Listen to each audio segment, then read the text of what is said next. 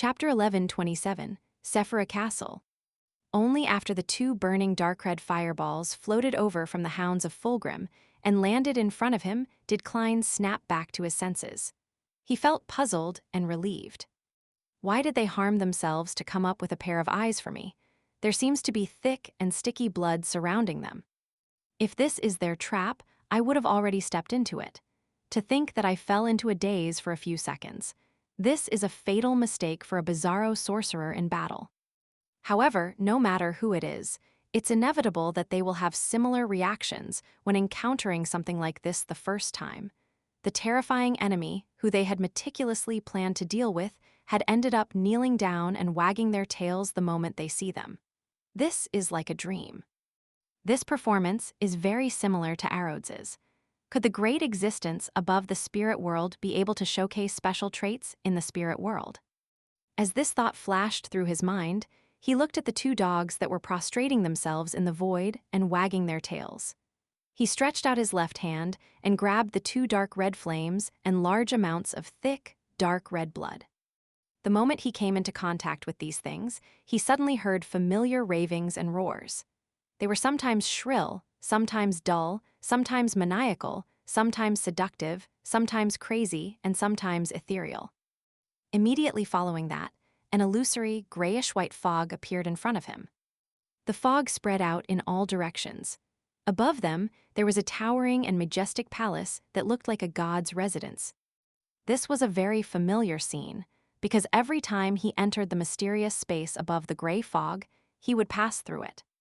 In the beginning, it was difficult for him to notice his surroundings after he took 4 steps counterclockwise. However, as he got used to it, and with the advancements of his sequence, he was able to easily take the opportunity to observe the phenomenon. And at that moment, Klein hadn't chanted the honorific name of celestial worthy of heaven and earth for blessings, or taken 4 steps counterclockwise. This made him extremely wary. Then, he saw a few figures appear in the endless gray fog. They overlapped with the gray fog at times while separating at other times. They were none other than hounds of Fulgrim with their eyes burning with dark red flames and their bodies covered in short black fur. The 2 hounds of Fulgrim that had lost 1 eye each returned to their companions, sighed, and blended into the dark spots in the gray fog. The entire phenomenon vanished as well. In the depths of the spirit world, Klein realized that there were no longer any hounds of Fulgrim around him. Only his 2 marionettes and strange spirit world creatures remained. Klein lowered his head and looked at the eyeballs and blood in his hand.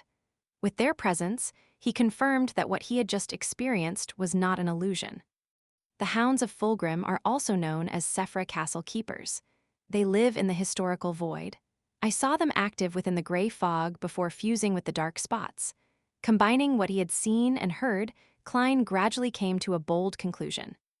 Perhaps Sefirah Castle is referring to the mysterious space above the gray fog. It's referring to that strange door of light. As for the gray fog, it's a symbolic object formed from all the history in the spirit world. There are void gaps present in it. Every time I enter the mysterious space through the gray fog, I leave certain traces there, making the hounds of Fulgrim no longer feel unfamiliar with me. They see me as the owner of Sefirah Castle, so when they saw me, they immediately offered me what I needed and shook their tails to gain my favor. After a day of planning, asking about the situation, and inviting helpers, I ended up targeting my own guards. As he thought of this, he inexplicably felt a sense of absurdity at the situation. It felt like the fool above the gray fog was reaching out, his hands to fleece someone, only to end up fleecing himself. Phew, Sefirah Castle. Although this development makes me even more afraid, in any case, I still have some understanding of the owner of the gray fog and that mysterious space. The unknown is the most terrifying thing. After standing silently in the depths of the spirit world for a moment, Klein slowly exhaled and summoned his 2 marionettes back. He planned on waiting for the bizarro sorcerer potion to be completely digested before attempting to seek out relevant knowledge about Sefirah Castle from Arod's and other places. When the time came, if anything were to happen, he could use his advancement to fight it. East Borough, in a 2-bedroom rental apartment. With her dark eye circles, Fors returned and retrieved the day's newspaper and letters in passing. "How was it?" Zio, who had just returned home for lunch, asked. Fors covered her mouth and yawned. "Not bad. The editor I know is very satisfied with my new book's topic and writing style. He decided to arrange for its serialization as soon as possible. You might not be aware, but the horror stories of Backlund's hospitals have been very popular recently. A best-selling author had gained inspiration from it and is beginning to serialize similar stories. I'm actually not the first to do so." This is a good thing. Zio thought about it and nodded seriously. This meant that Fors, who had also written the horror stories of Backlund's hospitals, wouldn't attract too much attention. Her new pen name wouldn't be tested either. "I know." Fors threw the newspaper aside and took out a few letters that were stuffed in it before quickly flipping through them. Soon, she found the reply letter from her teacher, Dorian Gray Abraham. Fors' expression immediately turned solemn as she quickly tore open the envelope. She spread open the letter and began reading. "Benjamin Abraham is from Intes. He lived in Roselle's era. Apart from mysticism knowledge and a small amount of inheritance, he didn't leave anything of value behind. Later on, everything was destroyed by the Aurora Order. I'm unable to provide the corresponding information. Mr. J.M. Sparrow is about to be disappointed." Fors pursed her lips and pulled off a magic trick, burning the letter in her hand to ashes. Then, she began writing a reply, asking her teacher if she knew of the secret ruins of Blood Emperor Alista Tudor. Klein went above the gray fog and listened to Miss Magician's prayers. The trail of clues for Benjamin Abraham have come to an end. It's all the fault of those lunatics from the Aurora Order. At the same time, he learned of the serialization of the horror stories of Backlund's hospitals. After returning to the real world, and just as he was about to head out for a meal, he suddenly saw Miss Messenger walk out of the void with 4 heads in her hand. One of them had a letter in its mouth. "Who sent it?" asked Klein in puzzlement. Rionette Tinker's remaining 3 heads replied, "A. Seduced, idiot." "Who is that?" Klein grew confused as he took the letter and opened it. "The mastermind behind those matters is George III. His goal is to become the Black Emperor. Are you interested in stopping this matter?" "Trissy." "Trissy, this demoness actually dares to write me a letter.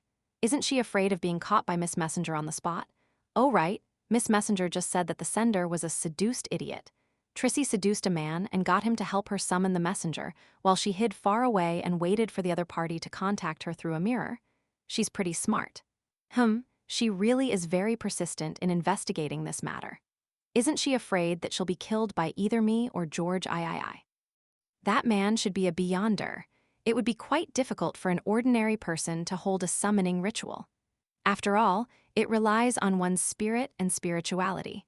Klein was first puzzled before he came to a realization. Immediately following that, he began to wonder why Trissy managed to guess that George III wanted to become the Black Emperor. Without sufficient mysticism knowledge, and without knowing the Black Emperor's apotheosis ritual or the corresponding history, even a demigod would find it difficult to guess. It definitely wasn't as easy as the Red Angel evil spirit had said. Could it be that Trissy has other helpers? Or could it be that she has obtained more power from the primordial demoness, including all sorts of knowledge and secrets? Klein frowned slightly as he felt that there was something amiss. If there was a chance, he would definitely get rid of Demoness Trissy. After thinking for more than 10 seconds, he took out a piece of paper and pen from his pocket and scribbled a reply. "I'm interested, but I don't know what you want to do." In the Backlund Bridge area, a man in his 30s looked in horror as the headless woman. No, the 4-headed demoness reappeared before him and dropped a letter. Are all the messengers in the mysterious world so terrifying? Only about 5 minutes after Rionette Tinker left did the man catch his breath. He picked up the letter and opened it to take a look. During this process, his gaze gradually burned because it meant that he could meet that beautiful woman again. According to her instructions, he waited until the evening before he took out the black sticky lump. He separated them and applied them evenly onto a mirror. A few seconds later, the mirror turned dark, as if it was connected to another world. In the blink of an eye, the mirror presented a room that was completely different from the present environment. There was a young girl dressed in a dark black dress. She was none other than Demoness Trissy. The man who finished the ritual immediately revealed an infatuated expression as he subconsciously whispered. The reply said that he's interested.